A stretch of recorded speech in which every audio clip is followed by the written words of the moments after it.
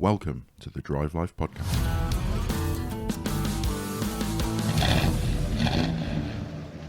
Joining us for this episode is Mark and Sean, plus a very warm welcome to Ben from Motorsport and Performance, SCUK's tuning partner. Motorsport and Performance are based near Leeds, and if you're looking to take your car to the next level, head to motorsportandperformance.com to check them out. Before we go any further, we have some news. I know we're only on the second episode, but we've decided to rebrand. So, Mark, can you explain a little bit more about that? So we launched the first SCUK podcast about a month ago, and the reception that we got was really positive. So we're really happy about that. So thank you for everyone who tuned in. But for a few of probably our first listeners, you'll be aware that SCUK, whilst it's one of the most active brands that we run, it's not the only brand that we run. And we wanted to find a format and kind of do that early on and start as we mean to go on, find a format that allows us to talk about everything that we're up to, including SCUK, but also the other bits, but not just have it aimed towards the sports and supercar stuff that we do. So yeah, we thought DriveLife, which is well currently our clothing brand, but I consider it to be more of like I suppose you would call it a lifestyle brand that's meant to be all-encompassing, all-inclusive for everybody. We thought that was quite a fitting name for the podcast, and then it would allow us to talk about, SCUK, all of the stuff we get to in the sports and supercar world, but then also Car Calendar, which is another massive part of what we do. And then also on top of that, it will let us more easily bring in a more varied array of guests to speak to, not necessarily all in the sports and supercar world, because there's lots of venues and businesses that we'd love to have on the podcast, and DriveLife just seemed more fitting for that. So welcome to the DriveLife podcast. Yeah, it's exciting. I know we've got a big following on TikTok. Yeah, we do. Yeah, so DriveLife TikTok's been going for a while, on maybe 550,000 followers, something like that. So we have a really great presence there, and it'll be great for us to start putting out some podcast content on there as well. So yeah, we do. But in terms of I guess the two main brands that we run is SCUK, which we've already explained what that is, but we are also the team behind Car Calendar, and that is the website and app to find car events around the UK. It's been running about 3-4 years now. We're kind of the number one service in the UK, I guess the largest service in the UK for doing that. And we just wanted to find a way to be able to more easily talk about what we're up to on the podcast with that business as well. Yeah. Car Calendar was recently featured on Richard Hammond's car show, wasn't it? It was. We had no idea until a member spotted it, and it was a fantastic spot because I was delighted to see it. But yeah, I mean, it just proved exactly what we'd built it for, whereby Richard Hammond went to Google and was just searching car events 2022 at the time. And we've worked very hard to maintain our number one position on Google for the majority of car event related searches. And he found us, and then saw him on the show browsing it. Did it have an impact on traffic? Not that I've seen. Okay. I'm not too sure, but to be fair, I'm saying that and I've not even checked, so I definitely need to go and check that. We'll have to send him an email and complain. Really? Richard, if you're listening. Yeah. Feature us a bit more, please. Yeah. I'd say it's good because obviously SCUK is all sports and performance cars focused, but Car Calendar is a much broader thing than just that. It's interesting to see what parts of the car world we don't even know exist because there's events now on Car Calendar. So you're just scrolling through like, oh, I didn't know there's like Morris Minor owners clubs that are active with 50 cars turning up to go on drives and things, and that's all there in Car Calendar, just as much as Jap stuff or modified things or whatever. Yeah, absolutely. And that's where the history of Car Calendar kind of started, in that we were entering this car world predominantly from the sports and supercar angle, but we were very aware that there was not a really solid service, a comprehensive service to find car events around the UK and then do everything else associated with that. So buy tickets for car events, find car clubs, find car-friendly venues, all that side of stuff as well. There wasn't really a great resource for it. So that's when we got our heads together, and we knew that kind of in-house we had all of these skill sets required to pull that off, and we decided to do it. We launched it. What did we launch it, Sean? 3 months before lockdown, 4 months before lockdown. So what a time to launch a meetup. Yeah. So we started it. It had a great launch, and then it fell flat when nobody was hosting events. But that gave us actually the time to already begin kind of the version 2 that we built. we're on what I call, I guess, version 2.5 now with more advanced ticket functionality and stuff. But yeah, it really is just designed to be the resource for all car events, and we're really grateful to everybody who uses it, and grateful to everybody who's listing events on it now, because that's happening quite a lot. It's kind of growing under its own momentum, which is brilliant. Yeah, I see that as sort of just browsing the thing, looking for things to do. I think when I looked 18 months ago, there was I wouldn't say sparse, but that it's very different now. Sure. There's a lot of events on there now. So, and hats off to Sean and Josh and our team in particular, because they have spent many hours trawling the internet for car events and putting them on the website themselves, to just ensure that we are, when somebody visits our site, it's not a sparse resource. There's loads of stuff on there, and it's a worthwhile, wherever you are in the country, it's worthwhile visiting to see what's going on. So if someone was listening to this now and they know that there's an event around the corner from them that's not on Car Calendar, what should they do? How should they go about getting it listed on Car Calendar? So they can do one or two things. They can either contact us directly and we will put it on for them. Let's say it's an event that they're not directly responsible for. They may not feel comfortable listing it themselves, so we don't mind putting it on. You can just send us an email, info@carcalendar.co.uk.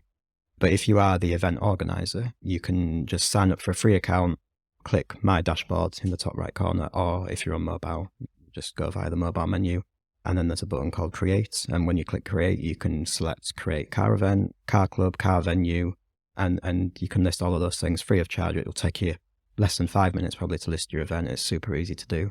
And once you've done that, it'll be straight on Car Calendar and accessible for people searching in that area. Awesome. No excuses for people not to do it then. If you listen to this and you've got a car event, get it listed on Car Calendar. Yeah, absolutely. 50,000 users roughly a month at the moment using the service during the peak season, the spring and summer months. So it's a great platform to provide additional exposure to your event beyond Facebook and the usual channels. So we're all sat here, and there's the sort of faces are a bit tired from the NC500. So I know that feeling. It must have gone very well for you to be. You seem look tired. Smiling and tired. Smiling but tired, yeah. So we've aged 5 years at least. These trips always take it out of you, but we had a really great time. I'll let Sean say a bit about it. But yeah, it was a very, very good trip. Yeah, Sean. I would tell us all about it. Well, for me, it's the third year we've done this trip. Done it at a different time of year than what we typically would do. And the trip has kind of it's evolved year on year from when we've done it, and a big part of it is, a huge part of it is down to from one of our ambassadors, one of the club ambassadors, Mike Bowkit. His knowledge of areas around the UK and further afield is just unsurpassed, really, and the input he's put into it has been fantastic. So this is the first year we've actually done it without Mike being in the convoy, really. So there's a little bit of nervousness around that to some degree, even though we were kind of following pretty much copy and paste the previous year we did it. We have to have plan Bs just in case certain things go wrong or whatnot in terms of road closures and things like that. But we kind of just went with the flow, really, with it. And I can say this without touching wood, that everything went pretty much, it went to plan. In fact, it actually surpassed what my memories of doing it was 18 months ago. With great roads, the weather was better than forecasted, which we didn't expect. And the group of people that partaked in the tour were just amazing people. Many that we'd met on previous trips, but quite a few new faces that literally decided to come on a trip knowing nobody else, never ever meeting anyone else there, to spend their hard-earned money with a bunch of strangers driving cars with no expectations or of any kind, really, in terms of what they're going to do. I think it takes a lot of guts to kind of do something like that. And from them at the end of the trip to sort of be so overwhelmed with emotion and excitement from the trip was it's humbling. It really is. I mean, shared passion is the thing that underlines all that, right? Strangers with common ground, I think. Yeah. We all love cars, so we should be able to enjoy them together, shouldn't we? And I think that I found that over the years as well. It's really easy to bond with people that have got that shared passion, so that's cool. But enough of that. Tell us some of the gossip. No one crashed. No one crashed. That's always a good thing. No, we only managed to get featured on the official NC500 Facebook page a couple of times this time, so it wasn't too bad. No place? No, it was. I It thought I'd was be joining in. You know? no, actually, there was one, but no, we didn't get into trouble. We behaved ourselves up there as much as you can, just about. Yeah, I think the police car joined the group of cars at one point, followed us up to John O'Groats, actually. Nice. Which is So all they've right. just been appreciating the cars, though. Maybe, yeah, maybe. But to your point, one thing that is nice to see, and we've seen it a couple of times before, but particularly on this trip, is people who have joined for the first time not knowing what the driving style is going to be like.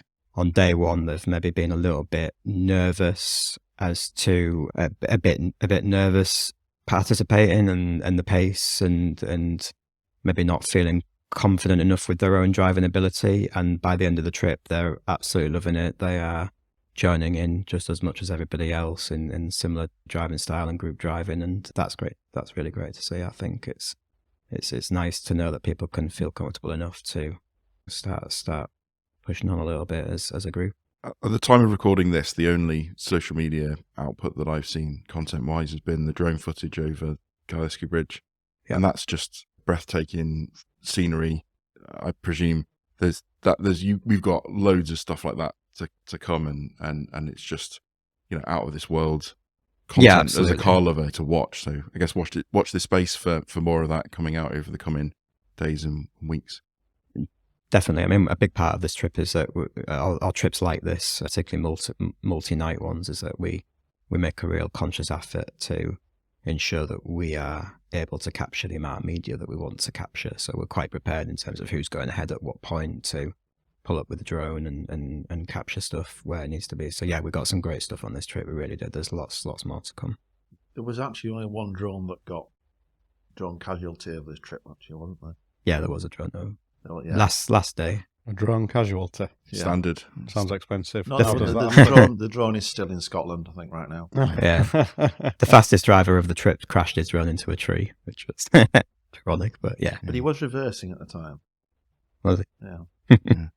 I think we've all lost a drone, haven't we? I think we got 100% drone loss record as a group. It does happen. Yeah, I think you're right there, actually. Yeah, It's amazingly easy how quickly things can go wrong when you're flying a drone. It's only when you're flying someone else's drone, isn't it, Mark? Yeah. Hey, you've still got your drone at the moment, so it's all right. Most of it, yeah. Yeah.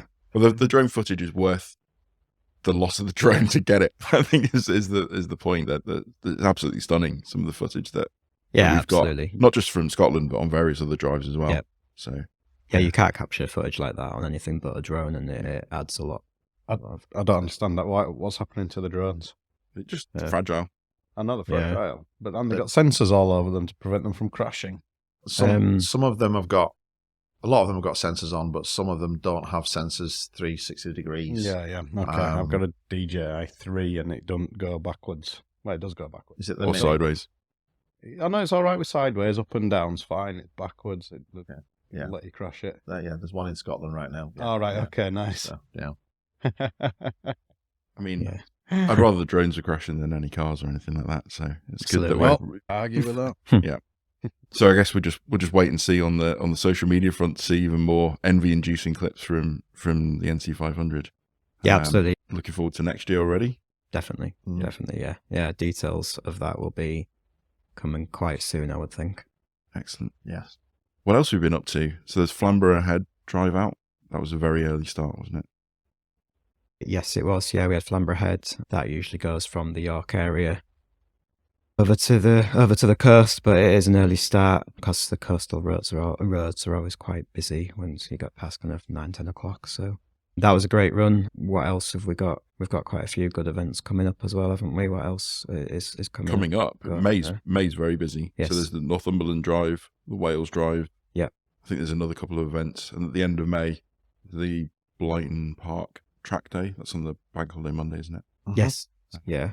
So I think sold out. May's the busiest month, isn't it? I think, or one of the busiest months. There's pretty much an event both days every weekend. Yes. For the whole of the month. So it's great to see a packed calendar. There's lots of things for members to get involved in.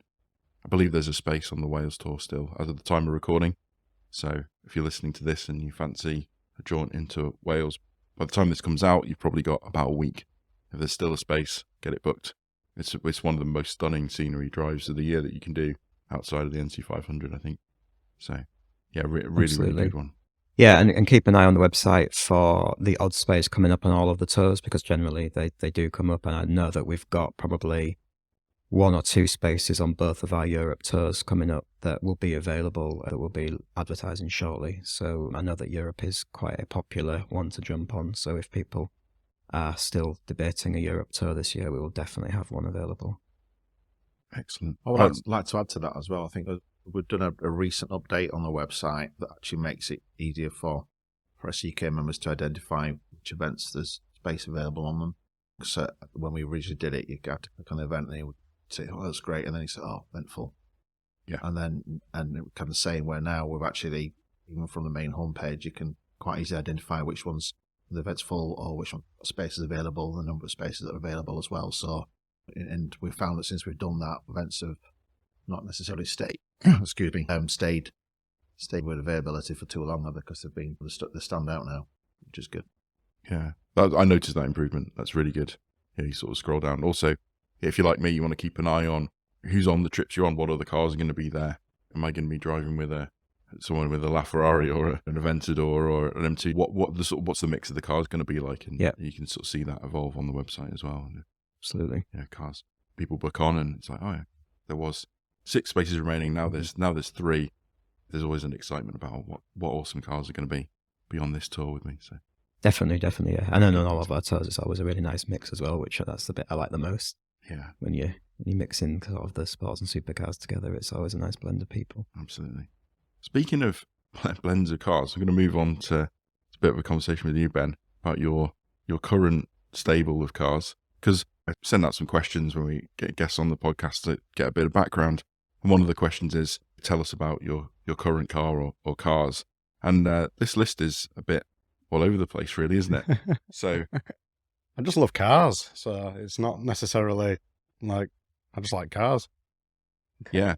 So you've got a ridiculously tuned Mustang. Yes. Asbo map.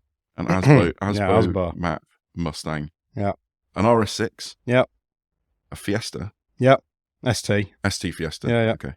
2 L200s. Yeah. That seems like 2 L200s too many. Yeah, my wife likes horses and I like going in mud. So fair enough. And a Mark IV Supra. And a Mark IV Supra, yeah. Mark IV Supra. The Supra or the Supra, yeah. The Supra, yeah, okay. 2JZ. Wicked. So are they like, is there a reason for each one of them to have, or is it just, I like that one, I want that one? For me, it's always work. Right. I had a Vantage before the Mustang, and then I had the Vantage and the Mustang for a time, and I decided that the Mustang did everything that the Aston did. And so I got rid of the Aston, and then I got rid of the Mustang by putting on its roof. That's one way of disposing so I of had a to get car, another isn't it? one. But yeah, no, the Mustang originally were for work, so a development car.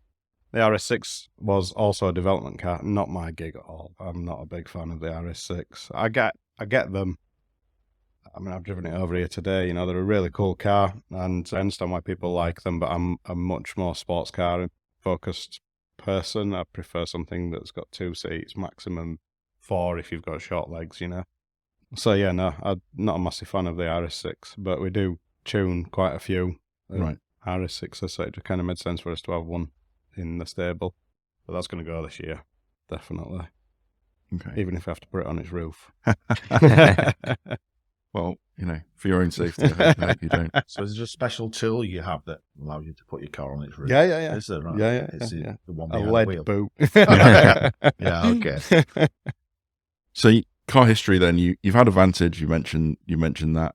RX-8, RX-7? RX-8s and RX-7s, yeah. So that's kind of what I started doing. That's how I got to do what I do. I started building RX-8 engines at home in my mum and dad's garage. And that was the business for a long time. Right, okay. Escort on there? Yeah, my first ever car. That was your first car? Okay. Yeah, first car, yeah. Was that just a cooking Escort, or was that like No, it was a 1.6 XL3i? EFI, whatever. I don't know. My grandma gave me it, but I'll tell you what, it was clean by the time I passed my driving test. Crashed that as well. Put it into a curb, like literally days in. As you do. Yeah. As you do. Listen, So do you do customer collections regularly, or do you Yeah. have staff that do If that? you bring your car, I will take you out in it. Yeah. Yeah.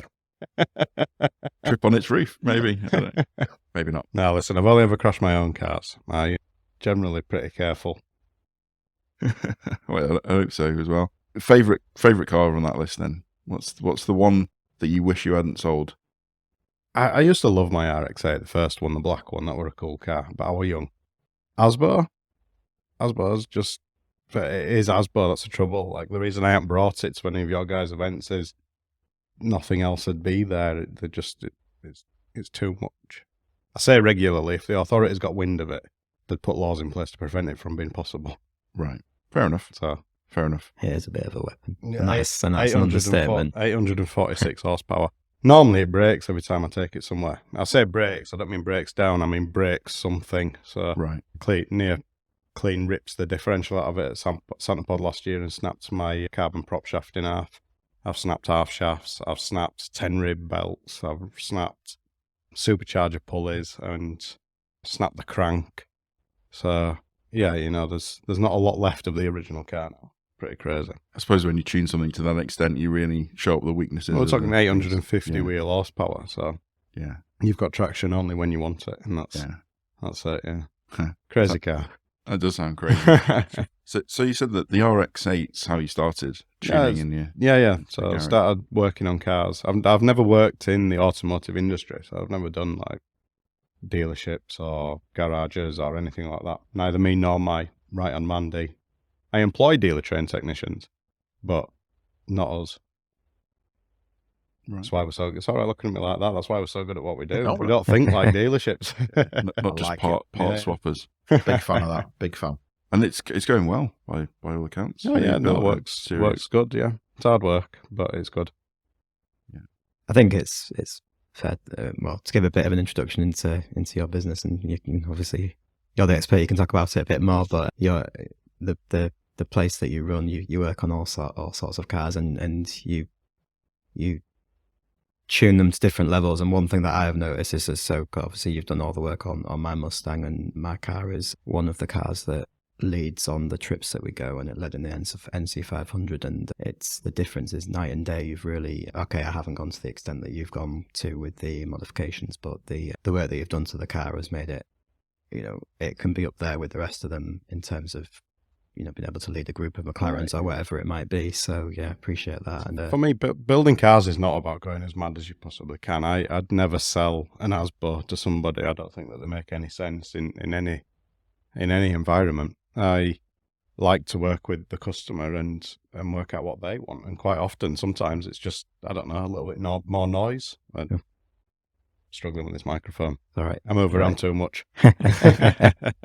So yeah, no, it's more about, what is the car to the individual that owns it. Sure. And, Yeah. Sometimes cars just need a polish and a wash and some coating and it's best left alone because that particular customer, he loves it as it is. Yep. Yeah. I don't often love a car that comes out of the box as it is, though. Every single one of them needs an exhaust on it, doesn't it? Yeah. Or a set of spacers or KW lowering springs or something. But as long as you keep it, I'm all about OEM plus. Sure. Even you look at Asbo. I don't know if any of the guys listening might have seen it on YouTube or wherever it's been about. Jamie from Officially Gassed has driven it. We've had, Shmee's driven cars that we've built. But you look at Asbo map, even though it's absolutely obscene under the bonnet, aesthetically, sat still when it's not switched on, you kind of look at it and go, I'm not going to mess with that, but I don't know why. Reached the point where it just looks right. Yeah. It just Something looks really angry, but there's no wings or bonnets or bumpers or anything like that on it. Just a little tail wing and a set of wheels, and that's it. So is this still road legal? Well, I'll say, is it still insured to drive on the road? Oh yeah, it's taxed and tested. And when the insurance company says, have you got any modifications? Do you say how long you got? I own an automotive performance shop, so my insurance basically covers me to drive anything up to £1 million regardless of... Yeah. I crashed one, didn't I? So they know what they're up against. So what's next for the business then? Where do you want to go? So I've just got an Autel MS 909, so I can put the 991s and 992s on our hub dyno. I don't know anybody who knows about MAP. We use a 4-wheel drive hub dyno The problem with the hub dynos is, unlike a linked rolling road, a lot of the four-wheel drive cars don't necessarily like to run on them. So I've got this piece of equipment that now let me start putting the Porsches on the dyno. So I think this year I've been working on a website and a workshop management system and loads of stuff going on in the background, and I'm going to celebrate when it's all finished with a Porsche and a McLaren. Nice. And that'll be, you're specialising in yeah, tuning so we specialise in loads of different models. I like to buy the cars that I want to ace in, and so, you know, there's literally not a nut or bolt on the Ford Mustang S550 platform that we haven't touched. We've had the RS6 into every conceivable piece, and we've got quite a few customers with McLarens, quite a few 720s on the books, 570s, a couple of 600 LTs. We are seeing more and more hypercars through the shop, so SVJs, SVs, 812 superfasts, F12, wide-body F12s. So all through Brook Race exhaust, you know, some of you guys listeners will have heard of BRE, they do the Inconel systems. They see more and more of that. We are the UK's primary dealer for BRE now. Eddie himself is based down in Oxford and moving out to Miami, so he's leaving me with the Black Book. So, you know, big things on the horizon, and we're just seeing more and more, getting more and more into those markets, I suppose. That sounds really positive. Yeah, I've definitely heard of Brook Racing Exhaust for certainly in the McLaren space. You know, there's a name that gets recommended a lot. You know, you say to someone, I'm thinking about getting a titanium exhaust for my car, and there's often, well, hang on a minute, you can go and speak to Brook and get an Inconel exhaust, and they're, you know, a fantastic quality exhaust. Trouble with titanium is it doesn't like to go through heat cycles, so it weakens. You get titanium too hot, and eventually it'll start to crack and have problems. Sorry, looking at me like that. No, I didn't know this. Yeah. So especially with like the Lambo guys who, you know, I'm going to be really careful how I say this, depending on who's listening, but quite often we get Lambo guys come through the shop. You know, had a 500-mile SVJ in the other week that we had the full back end of the car off to put a full race exhaust system on it. He had no intentions of driving that car. He just wants to be able to sit around and kick flames out the back of it. Titanium exhausts, having that kind of abuse, will eventually blow up and can do some damage. So yeah, whereas Inconel, you know, they use it in nuclear reactor cores, it's the best of the best, and Formula One type stuff. So yeah, definitely the ultimate of all exhausts. Generally though, you're paying a hell of a lot of money for an Inconel exhaust system, and for what you're getting from Brook, I think they offer really good value for money, which sounds crazy when you're talking about $5,000, you know, 30 centimeter long tube. Yeah, but you know, yeah, no, good stuff. Yeah, I have to say my experience of getting estimates and whatever for my car is that they seem unbelievably reasonable for what you're getting. So yeah. Well, now everybody who's listening knows that if you want a good deal on one, then come see me and you'll get a better deal than you will anywhere else. So excellent, especially if you're an SCUK member. Yeah. In fact, only if you're an SCUK member. Anybody who's not, I'm charging extra. There you are. Get signed up if you're not already. So you mentioned, you got the SVJ coming in 500 miles for full race exhaust and things, and you must do a lot of that. But do you have anything that kind of stands out? Particular customer car that was just, you know, really stuck in your mind, or some work that you did that you're just still in awe of to this day? Also, something that just like it happens every day. And do you know what's really strange? Because I'm in the thick of it all the time, I struggle to see it. You know, you can't see the wood for trees sometimes. And every year we do, if you check us out on his YouTube channel, we do an end of year YouTube video where we're all like, oh, what we're going to put in this video? And then we sit down and Abba will start making the video, and you're like, oh yeah, that were here, wasn't it? Oh God, yeah, can you remember when that came in? Oh, remember that? And so, can I pick out one thing that stands out? Do you know what's crazy? If I had to pick something right now, gun to my head, I've just had two lads, Habbo and D, have just been out in Dubai for the last 4 days. They're back today, doing an AMG GT Black Series, full exhaust, tuning, and a Speciale and a Pista. So, you know, mass goes global, I suppose. We're off to... Awesome. We've got a trip out to Miami lined up next to do a few Porsches and GT2 RS. So, yeah, I like it. I don't know. I'm always looking forward. I don't know what's going on behind me. Yeah. A lot of serious cars you mentioned there. Some solid metal. I think we probably feel the same way sometimes with cars on trips. You know, you think, well, yeah, I'm going to go somewhere and there's going to be 2, 3, 4 McLaren, Ferrari, this, that, and the other, Porsche, this, Lambo, that. You know, it's not unusual for us to go to an event and there be 1 or more SVJs there. I mean, for such a rare car, I seem to be around them an awful lot. And you think that this isn't normal. You know, when you actually step back and put it into context, it's like madness that we're just around these cars all the time. We're incredibly privileged. So I guess it must be like that for you as well. Yeah, I mean, people look at me and what I'm doing, and I grumble and moan about it because I'm working hard and I'm away from the kids and the wife and stuff. And I've got guys coming in and they're like, you know, literally wowed by it. And, you know, it's congratulations and well done. You're so lucky. And I'm like, I don't feel lucky, you know, but it's still a job.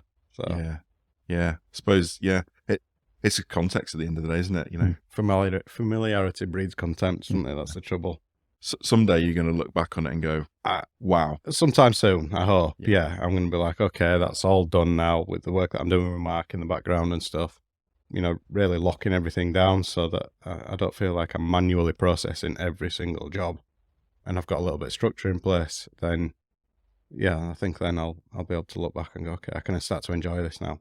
Whereas at the moment, it just, I don't know. It's just all, I literally manually. It's weird because manually processing everything, post-it notes, you know, it enables you to remain dynamic and move around and take advantage of opportunities when they arrive there and then. But obviously it means that you're constantly on the hook and you're constantly chasing your tail. And so, yeah, no, it'd be nice to get some infrastructure in place. So do you find that because you're around cars all day working, you know, when it's a weekend and there's a Sunday and it's like, oh, there's a drive, do you still have that passion to go out and take your Asbo out? No, yeah, absolutely. Unfortunately, I've just gone through a period of 2 kids. So I've got a 4.5-year-old and an 18-month-old.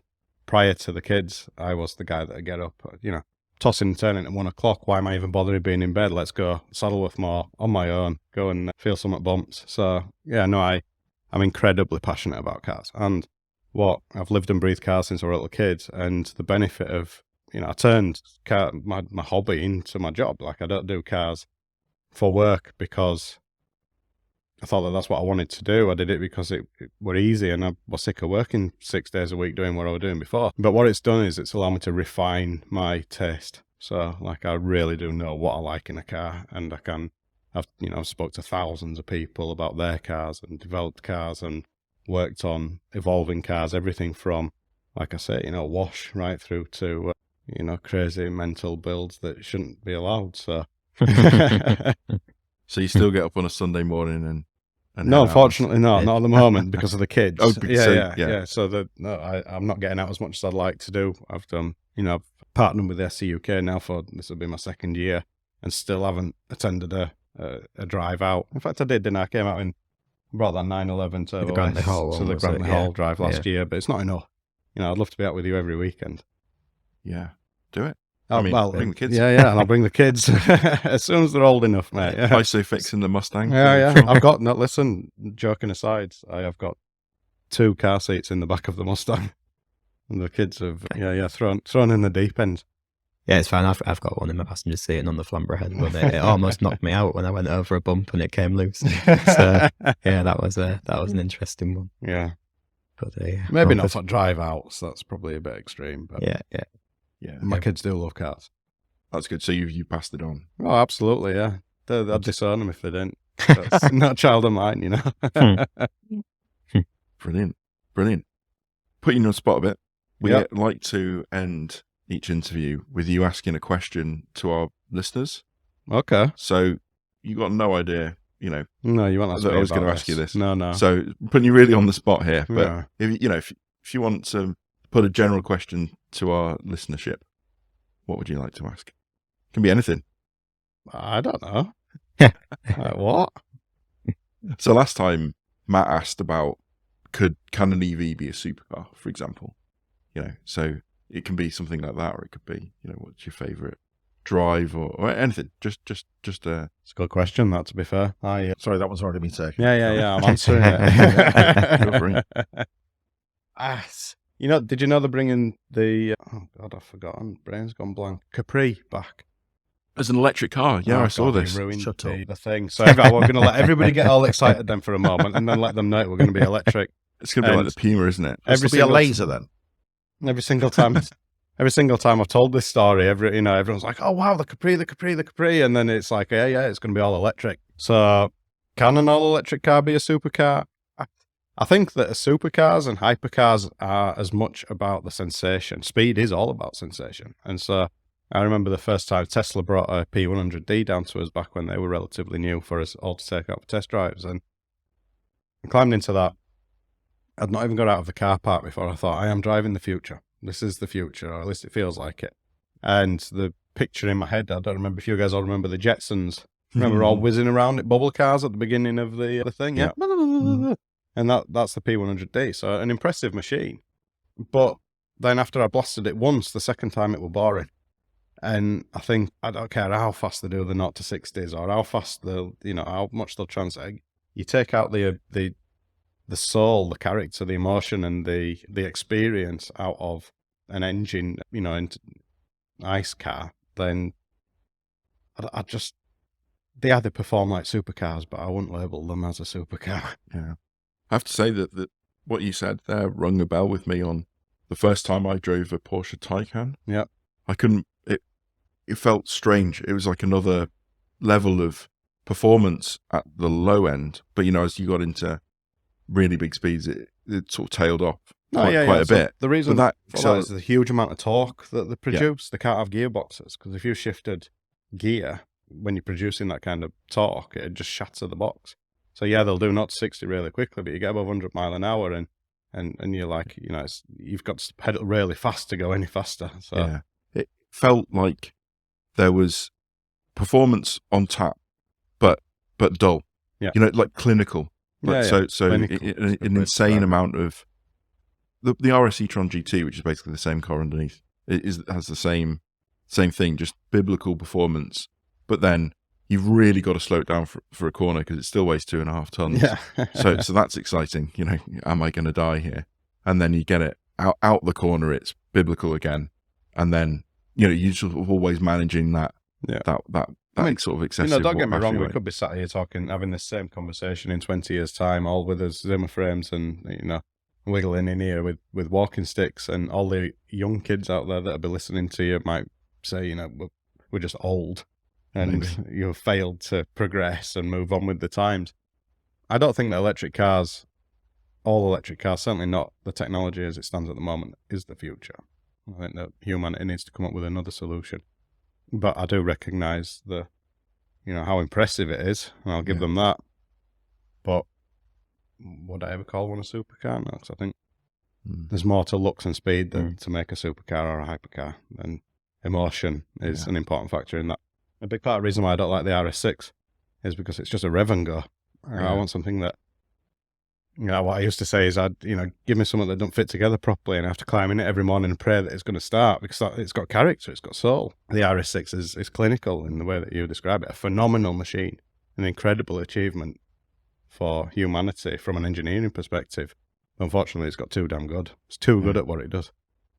So do you think then that if we stay on the current course, with governments outlawing internal combustion engine cars, that there will be no more supercars? Do you think we'll reach a point where, like the Rimac Navara and so on, are just considered really fast cars, but the supercar as we would define it is going to come to an end? I think that the government's saying, it's the same as that thing that Greta Thunberg goes, or whatever her name is, to every year, isn't it? COP26 or what's it called? Where they all get together and they all gas about, how they're going to save the world and stop things from happening by 2050. And it's like, but they've made no steps towards actually making those changes. And this is, much the same thing. It's all right them saying no more all electric cars or no more all internal combustion cars by 2030. Is it attainable? Spent millions, and I'm watching all my friends who own businesses are buying electric cars through the books because they're getting 130% tax return on it. There's all these government incentives to get people into electric cars, and people are taking advantage of that.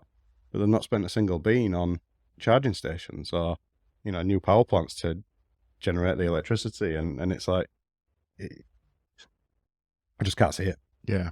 I think I agree with you. Broadly, the infrastructure is not there, and we're doing nothing about it. You know, pretty much. Yeah. So I think there will be a change of course, but I think that if we don't change course, then that sort of emotion of a supercar will be like people running classic cars now. You know, I think that'll probably be where we end up if we did go down there. But like you say, people say to me all the time now, you know, aren't you worried about the future? You own a performance shop that specialises in electric cars at the same time that the government's telling us, internal combustion cars at the same time the government's telling us that we're going to go all electric. And I'm like, well, people still ride horses. That's true. It's just become more and more niche and exclusive and expensive. So, no, I'm not concerned. I think that there's always going to be us guys, certainly during my lifetime, that know better. And no matter whether it's electric, internal combustion or whatever, a lot of people in this world, they just buy a car and they're simply just not happy with standard and they want to do stuff to it. So there's always going to be a market out there of people who want to do stuff to their car. So coming full circle, the technology that I am most looking forward to is ICE enhanced by electric. Yeah. And so I actually did quite a bit of work with Arash Motor Company. You've probably never heard of them, but I think Koenigsegg and Pagani back in the early 2000s, it were actually a Koenigsegg, Pagani and Arash, but Arash never really got it off the ground with his AF10. Really nice guy though. He's got a car, the AFX, he's actually got the carbon tub built for it now. It's a phenomenal looking car that started out, it was going to be all electric. And as he got into it, it became more and more unfeasible. And so we started discussing like a billet V8 with turbocharged, 1,1400 horsepower jobber. It'd have been nice and easy to achieve, but what I wanted him to really do was put an electric motor in the front that applied, say, 15 or 20% of whatever torque output the engine was producing through the front wheels. So you had essentially an internal combustion engine rear-wheel drive car that was assisted by electric motors to give it a little bit more traction and make it a little bit more drivable. And so that's, it's not moving particularly quickly at the moment, but I think that as the OEMs get into it, and the way that Ferrari did it and McLaren was, they basically just put a big electric motor on the flywheel. So that's how they got their hybrid systems, but the Porsche hybrid system's different because they had the German government sponsored it. So they, as they tinker with different ways of getting the two pieces of technology to work together, then I think that's the technology that I'm most looking forward to. Yeah. Torque infill in the McLaren Artura is unbelievable. Yeah.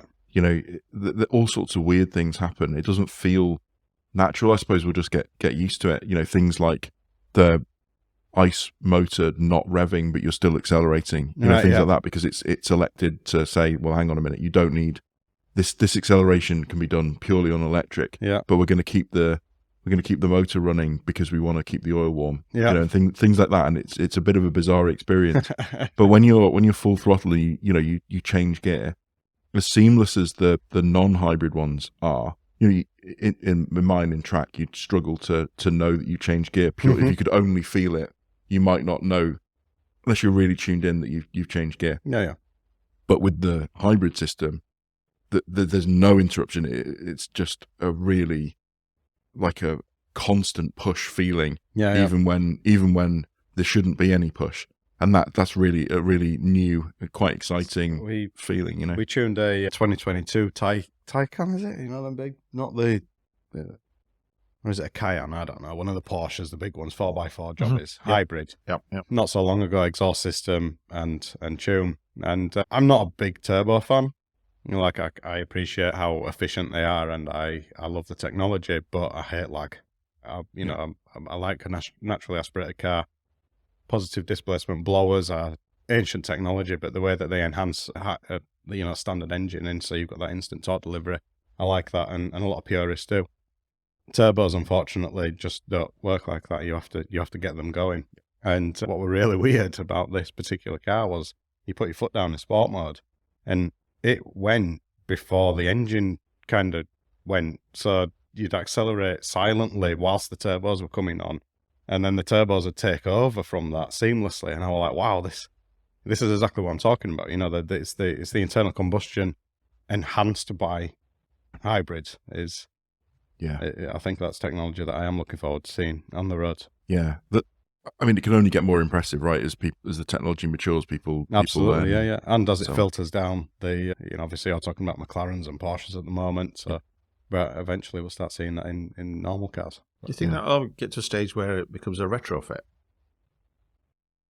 I mean, people are already doing it, aren't they? Sticking batteries into old cars and motors and what have you. Resto mod things. Yeah, resto mod things. I don't know, like, they built that new Mustang, didn't they, the 67? They actually used, I saw it down at Salon Privé last year, Salon Privé London. They'd used, like, original Mustang body panel, like, molds to build a new all-electric Mustang, and it looks amazing. It's just a shame it doesn't have an engine on the bonnet, So I suppose you could take an old car and ruin it by putting an electric motor in it, but it'd be no friend of mine. But what about hybridizing old cars? Hybridizing old cars. I think that, I mean, it's certainly possible, isn't it? It'd be interesting. Yeah, it could be. If you wanted to ruin them, something you to just leave alone, don't you? Yeah, certain things that like you're never going to hybridize a Ferrari 250, are you? Just there's certain things that just can't be touched. They're like too pure a thing to be ruined. Not without getting lynched. Yeah, you'd have angry people at your door. But there are other things that there are. An E-Type Jaguar. Things like that. They're just too pure to be filled with. And valuable now. Yeah. Not all of them though, but a lot. Okay. Yeah. Interesting conversation. I think. So, a question for the listeners.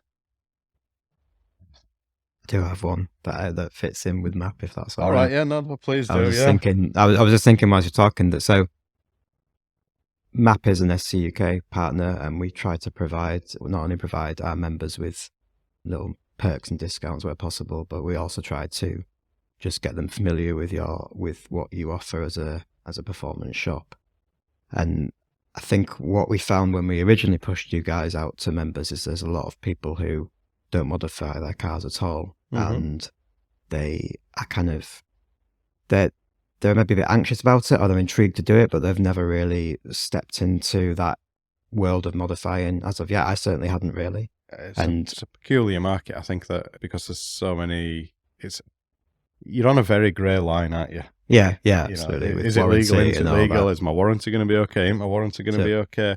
And because I exist in a market that's not necessarily mainstream and is a little bit on the edge, then there's a lot of distrust there, because there are a lot of people that do get themselves into situations with like the wrong shop, things go wrong, and a car that's been, the word that I normally use to describe what they do to them sometimes is not appropriate here, but a car that's not had any Vaseline used on it is devalued significantly. You can't, there's no coming back from that as well. So I know what you're saying. Yeah, well, my question was going to be to the listeners is, if you haven't done any modifications yet and you are thinking about doing some, what would likely be the first thing that you'd want to do? And I think that would be really interesting to know, like, if there's a common theme that particularly SCUK members, but also any listeners, it doesn't matter if you're in a sports supercar, whatever you're in, what would you first like to do? Because it may well be that, there's offers or packages or something that we could put together. I mean, for example, you've done the Stage Zero package on the Mustang, which is kind of what I had on mine. Yeah. And that is a great example of, like, it's a step into the modification world, which is, the Stage Zero, as correct me if I'm wrong, you describe it as how you feel that the Mustang should come out of the factory, but it doesn't. Yeah. But the modifications are relatively small for a night and day feel when you're driving it, particularly on like English B roads. I think that, the problem, and we're trying to fix this, Mark, aren't we? The problem that people have got is they don't really know what's available to them. Yeah. So, you talk about modifying cars and people think 1,000 horsepower and turbos on cars that don't have them and stuff like that, but that's the extreme end. Before I came here this morning, I had an hour at work, and I was speaking to a gentleman about his 812 Superfast. He's got a nice new black one that's picking up at the weekend. He wants to take it down to south of France next week. And, we're talking about a set of wheel spacers and a pair of axle blocks. Sure. These don't affect your warranty. The car looks more aggressive and, has a more standout look to it. without actually impacting the way that it performs, the way that it drives. Ferrari, you'll be able to drive that car into Ferrari with those modifications on it. And rather than the technicians getting uppity about it, they'll say, oh, wow, this looks amazing, these are nice, subtle modifications that enhance the car. And, I think, why does an 812, a £400,000 812 Superfast need modifications? And the reason for that is because when Ferrari designed that car, you've got to imagine their arm is literally twisted, tied behind the back.